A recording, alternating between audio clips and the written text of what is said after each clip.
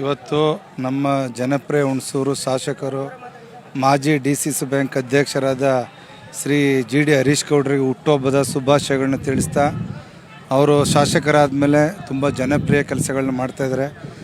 ಜೊತೆಗೆ ಇವತ್ತು ಬೆಳಿಗ್ಗೆಯಿಂದ ಚಾಮುಂಡಿ ಬೆಟ್ಟ ಪೂಜೆ ಎಲ್ಲ ಸಲ್ಲಿಸಲು ಬಂದಿರೋದು ಮುಖಾಂತರ ಅವರಿಗೆ ತುಂಬ ಜನ ಅಭಿಮಾನಿಗಳು, ತುಂಬ ಜನ ಸ್ನೇಹವರಿಂದ ಅವರಿಗೆ ಶುಭಾಶಯಗಳು ಕೋರ್ತಾ ಇದ್ದಾರೆ.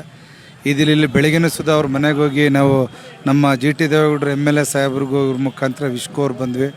ಹಾಗಾಗಿ ತಾಯಿ ಚಾಮುಂಡೇಶ್ವರಿ ಅವರಿಗೆ ಒಳ್ಳೆ ಆಯಸ್ಸು, ಆರೋಗ್ಯ, ಐಶ್ವರ್ಯ, ಅಭಿವೃದ್ಧಿ ಕೊಟ್ಟು ಇನ್ನೂ ಹೆಚ್ಚಿನ ಜನಪ್ರಿಯ ಕೆಲಸಗಳನ್ನ ಮಾಡೋ ಮುಖಾಂತರ ಅವ್ರಿಗೆ ಶ್ರೇಯಾಭಿವೃದ್ಧಿ ಆಗಲಿ ಅಂತ ನಿಮ್ಮ ಮುಖಾಂತರ ಅವ್ರಿಗೆ ನಾನು ದೇವ್ರ ಮುಖಾಂತರ ಪ್ರಾರ್ಥನೆ ಸಲ್ಲಿಸ್ತೇನೆ.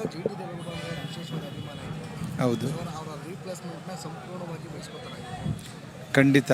ಈಗ GT ದೇವೇಗೌಡರು ಈಗ ಅಪ್ಪ ಅಂತಂದಮೇಲೆ ಅದನ್ನು ಮಗನಿಗೆ ಬಂದೇ ಬರ್ತದಲ್ಲ.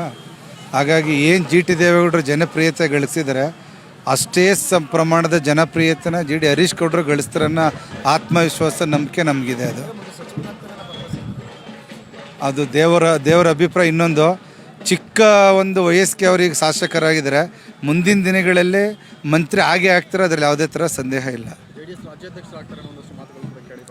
ಅದ್ರ ಬಗ್ಗೆ ನನಗೆ ಮಾಹಿತಿ ಇಲ್ಲ, ಸುಮ್ಮನೆ ಏನೇನೋ ಮಾತಾಡಬಾರ್ದು.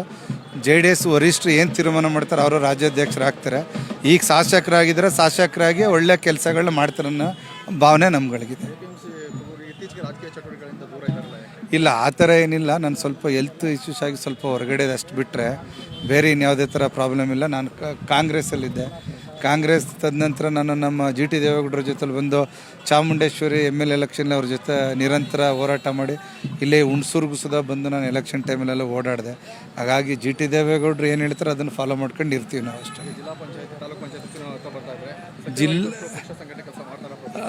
ಪಕ್ಷ ಸಂಘಟನೆ ಕೆಲಸ ಮಾಡ್ತೀನಿ. ಜಿಲ್ಲಾ ಪಂಚಾಯತಿ, ತಾಲೂಕ್ ಪಂಚಾಯತಿ ಮತ್ತು APMC ಬರ್ತದೆ. ನೋಡೋಣ, ನಮ್ಮ GT ದೇವೇಗೌಡರು ಯಾವುದಕ್ಕೆ ಅವಕಾಶ ಮಾಡಿಕೊಡ್ತಾರೆ ಅದಕ್ಕೆ ನಾವು ರೆಡಿಯಾಗಿದ್ದೀವಿ. Thank you.